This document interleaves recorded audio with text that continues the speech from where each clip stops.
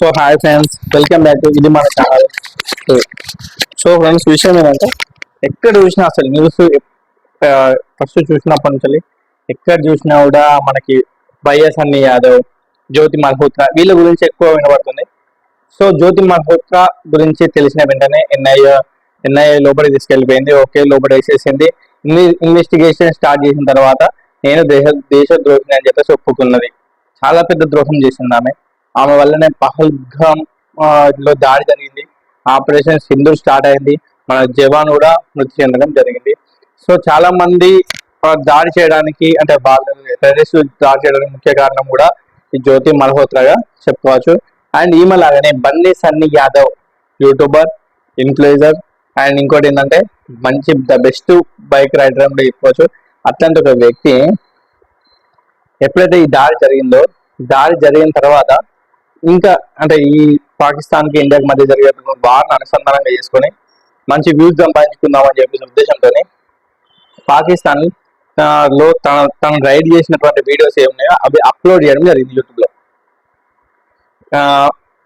మనకి ఎప్పుడెప్పుడు స్టార్ట్ అయింది వార్ అనేది, ఎక్కువ కూడా మేలో, ఈయన వెళ్ళింది ఫిబ్రవరిలో, కానీ నేను అప్లోడ్ చేసినవన్నీ కూడా ఏ డేట్లకి అంటే ఆ యుద్ధం జరిగే ఆపరేషన్ సింధూర్ స్టార్ట్ అయిన టైంలో పాకిస్తాన్ నుంచి ఎక్కువ ఈయన కూడా ఆ వీడియోలు పెట్టడం జరిగింది. అయితే మిస్టేక్ ఏంటి అంటే ఇక్కడ ఈయన పాకిస్తాన్ కి వెళ్ళాలనేది ఒక పెద్ద కళలాగా, ఆయన అక్కడికి వెళ్ళిన తర్వాత అక్కడ ఉన్న ప్రదేశాలను చూపించుకుంటే చాలా ఎగ్జైట్మెంట్ అయ్యి, చాలా ఓవర్ ఎగ్జైట్మెంట్ అయ్యి కొన్ని వీడియోస్ అనేవి ఉండడం జరిగింది.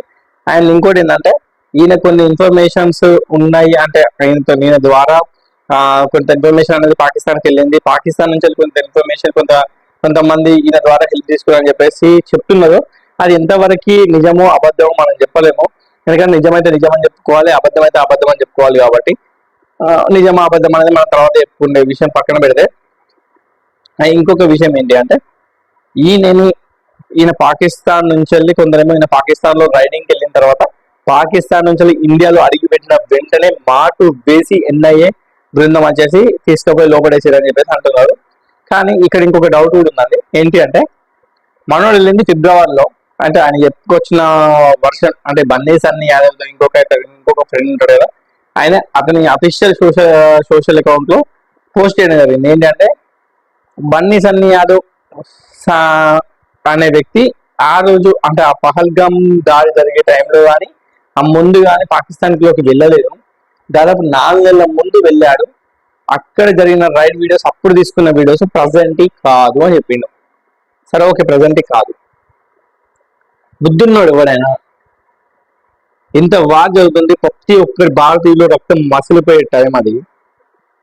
మామూలు ఉన్న వాళ్ళకి కూడా గన్నలు తీసుకుని పాకిస్తాన్ లో దాడి చేయాలని ప్రతి ఒక్క భారతీయ మైండ్ లో మెదిలేటర్ టైం అది. ఆ టైంలో పాకిస్తాన్ గురించి మంచిగా చెప్పుకుంటూ ఆ వీడియోలను అప్లోడ్ చేయడం ఎంతవరకు కరెక్ట్?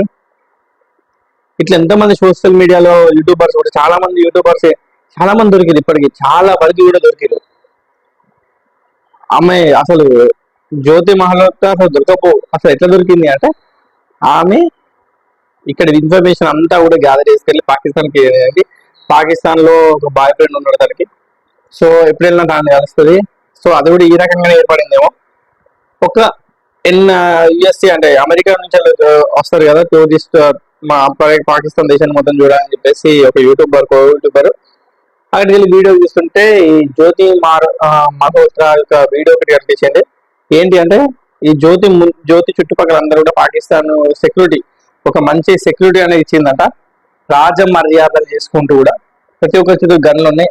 ఎన్ఆర్ఐ చూసి కూడా షాక్ అయ్యండి, అదే మాకు ఇంత మర్యాద ఈ కథ అని చెప్పేసి ఆయన ఒక వీడియోలో పోస్ట్ చేయడం జరిగింది. ఆ వీడియో ఎన్ఐకి దొరకడం వల్ల చిన్న క్లిప్ ఆధారంగా జ్యోతి మల్హోత్రా దొరకడం జరిగింది. సో ఆమెను తీసుకెళ్లి మంచిగా ఉతికితే అప్పుడు అవును నేను దేశ ద్రోహిణి అని చెప్పేసి ఆమె ఒప్పుకోవడం జరిగింది. సో ఆమె చిన్న క్లిప్ ద్వారా, చిన్న మిస్టేక్ ద్వారా దొరికింది. మన అదృష్టం బాగుంది. ఆమె ఒక విధంగా మన దగ్గర ఉన్నటువంటి ఎక్కడెక్కడ సెక్యూరిటీ ఫోర్స్ ఎక్కడెక్కడ ఉంది, మిలిటరీ ఆఫీసర్స్ ఎక్కడెక్కడ ఉన్నాం, వాళ్ళ యొక్క ఎక్కడెక్కడ ఉన్నాయని చెప్పేసి ప్రతి ఒక్కరు కూడా చిన్న క్లిప్ ఇప్పుడు ఇక్కడ ఉందనుకోండి, ఇది కాశ్మీర్ అనుకోండి, కాశ్మీర్ లో ఇక్కడ నిలబడి బ్యాక్గ్రౌండ్ ఏముందని చెప్పేసి ఒక వీడియో తీసి పోస్ట్ చేయడం జరుగుతుంది. ఆ పోస్ట్ వాళ్ళకి సోషల్ మీడియా రిలీజ్ అయినాక అందరూ చూస్తారు కాబట్టి ఆ పోస్ట్ ఆధారంగా ఎక్కడెక్కడ ఏముందని చెప్పేసి వాళ్ళకు ఒక అవగాహన రావడం జరిగింది. అట్లా హింట్ ఇచ్చింది ఆమె, చాలా వరకు కూడా హింట్ ఇచ్చిందని చెప్పారు, చాలా బయటకు వస్తుంది కూడా. సో బండి సన్న యాదవ్ కూడా మేబీ ఒక మిస్టేక్ ఏంటంటే అక్కడ ఉన్నటువంటి ఒక అంటే వాళ్ళ కాలేజీలో కానీ ఏదో ఒక ఆఫీస్ లో అందరు పాకిస్తాన్ల మధ్యలో ఈయన ఒక స్పీచ్ ఇవ్వడం జరిగింది. అస్సలు మన భారతీయుల్ని, మన నుంచి వెళ్ళే వాళ్ళని అంత ఫ్రీడమ్ ఇస్తారు ఎవరైనా పాకిస్తాన్ వాళ్ళు? ఎంత అది వాడైతే ఇంకా ఘోరంగా పెద్ద మనిషి ఆధ్వర్యంలో వాళ్ళకు ఆయన కోసం ఆల్రెడీ పోలీసులు వెతుకుతున్నారు. పాకిస్తాన్ లో ఉన్నటువంటి వ్యక్తి కోసం మన వాళ్ళు ఆల్రెడీ సర్చింగ్ ఉన్నారు. అట్లాంటి వ్యక్తి దగ్గర వీళ్ళు కూడా ఒక స్పీచ్ ఇవ్వడం జరిగింది. సో ఈ క్లిప్ ఆధారంగా ఇంకెక్కువగా ఇన్వెస్టిగేషన్ చేస్తున్నారంట. సన్నీ యాదవ్ భయ్య చేసినటువంటి మిస్టేక్స్ ఏందో నాకు అర్థం కాదు అని, అంతకుముందేమో డైరెక్ట్ బెట్టింగ్ యాప్స్ అని చెప్పేసి అందరూ బెట్టింగ్ యాప్ గురించి నెగిటివ్ గా అంటే నెగిటివ్ అయ్యి మళ్ళీ కొంచెం బుద్ధి తెచ్చుకొని బెట్టింగ్ యాప్ ఆడొద్దు అని చెప్పేసి చెప్తే, ఈయన మాత్రం నేను బెట్టింగ్ ఆడతా, నాకు ఎవరు డబ్బులు ఇస్తలేదు, నాకు డబ్బులు వచ్చేది బెట్టింగ్ యాప్ వల్లనే, నేను ఎందుకు వదులుకుంటా అని చెప్పేసి డిమాండ్ చేసి జైలుకి వెళ్ళి బెయిల్ మీద బయటకు వచ్చి కూడా పోరాటం చేసిన వ్యక్తి మళ్ళీ తీరా 4-5 నెలలు గ్యాప్ లోనే మళ్ళీ కేసులో ఎదుర్కోవడం అంటే, ఇప్పుడు పోనీ అదంటే ఓకే, ఇప్పుడు ఇది ఇంకా దేశద్రోహి అంటే మరి ఘోరం, అసలు భారతదేశంలో ఉండనివ్వరు కూడా. ఇది ఒకవేళ కేసు నిర్ధారణ అయితే, కాకపోతే సంగతి మనం అప్పుడే అనొద్దు. సో దయచేసి నేను మీతో కూడా చెప్పేది ఏంటంటే యూట్యూబర్స్ కి, బైఎస్ఎన్ యాదవ్ ఇప్పుడు ఇంకా దేశద్రోహి అని నిర్ధారించలేదు కాబట్టి మీరు ఒకరు కూడా అందరూ కూడా ఆ ముందే పోర్ట్రై చేయకండి దేశద్రోహి అని.